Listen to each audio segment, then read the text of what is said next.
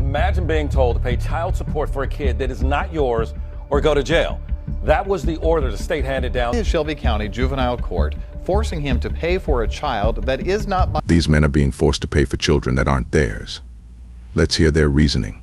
I was down there in handcuffs and chains. Over the years, Edward Bowdery had his driver's license stripped and once even found himself in handcuffs over child support payments for a child that's not his. Somebody else go through the same thing. Been going through this.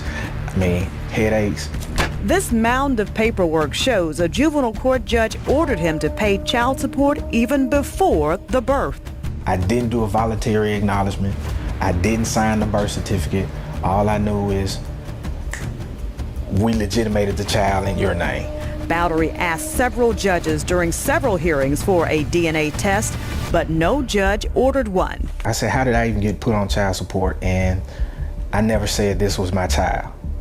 And they said, again, this is not what we're here for. Paying child support for another man's kid is like doing time for a crime you didn't commit. This is why DNA tests should be mandatory worldwide. In 2009, he took the child himself to get a DNA test and found the son he'd supported for years was not biologically his. He took the documentation to court. The judge wouldn't accept it, but ordered a new DNA test done that showed the same results. Probability of paternity, 0%. They never did do what they were originally supposed to do, which was give me the opportunity to take a DNA test. I was just a voice not being heard, so I guess I needed a choir. Juvenile court magistrate Nancy Kessler agreed in October to allow Bowdery to disestablish paternity, but only after, he says, she admonished him for taking it this far. The judge stated that, well, I find it very distasteful that you're bastardizing. The judge should be disbarred. Any judge who orders this should be sued and stripped of their titles. It would seem any woman can name anyone on the birth certificate as the father. The one bastardizing a child is the mother who knows who the real father is, yet continues to push the responsibility on him. Carnell is a wanted man because he refuses to do what the state orders and to pay child support for a child that DNA tests prove isn't his.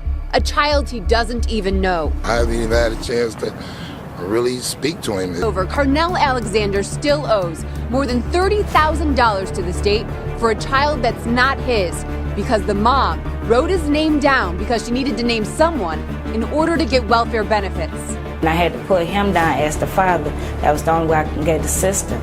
Now, I'm almost homeless. I'm almost in jail. I'm out of work. My money is being threatened to be taken. Carnell isn't just worried about how this is impacting him. He says the law needs to be changed so when this happens, as it often does, other men don't become dad by default. We can be defaulted into being a father of a child that is not ours. I don't understand that law, but The mother is admittedly guilty of fraud. She should be tried accordingly. It's disgusting that a judge finds it distasteful that a man doesn't want a child that isn't his yet. She has no problem with a woman admitting the fact that it wasn't his to begin with. State Representative G.A. Hardaway says he's heard from a number of fathers in his district who were like Bowdery. He introduced a bill letting them file civil lawsuits against the biological fathers, but it never made it out of committee. To a degree, justice needs to be served. I think it needs to be a totally different, a new law or something. The question many people might ask, why is Bowdery still paying back pay to the child's mother? Well, we're told by law, the new judge he's dealing with can't undo another judge's ruling. I'm just asking, is there a difference between women and men? Well, what I can say here is that the NCAA has rules in place. They've had rules in place for the last decade, and when this competition happened, I'm going to try again. The rules were clear. Do you believe there's a difference between women and men? It's a yes/no question. Do you believe there's a difference? Oh, I think that we're talking about this case with the NCAA. No, I'm asking a question. Do you believe there's a difference between women and men? Most people could answer this very simply. I'm curious if you're willing to do so. There's a reason that women live longer, Mark. Let me tell you. It is because we are stronger and we are happier at the end of the day than most men. And that is factual, and you know it.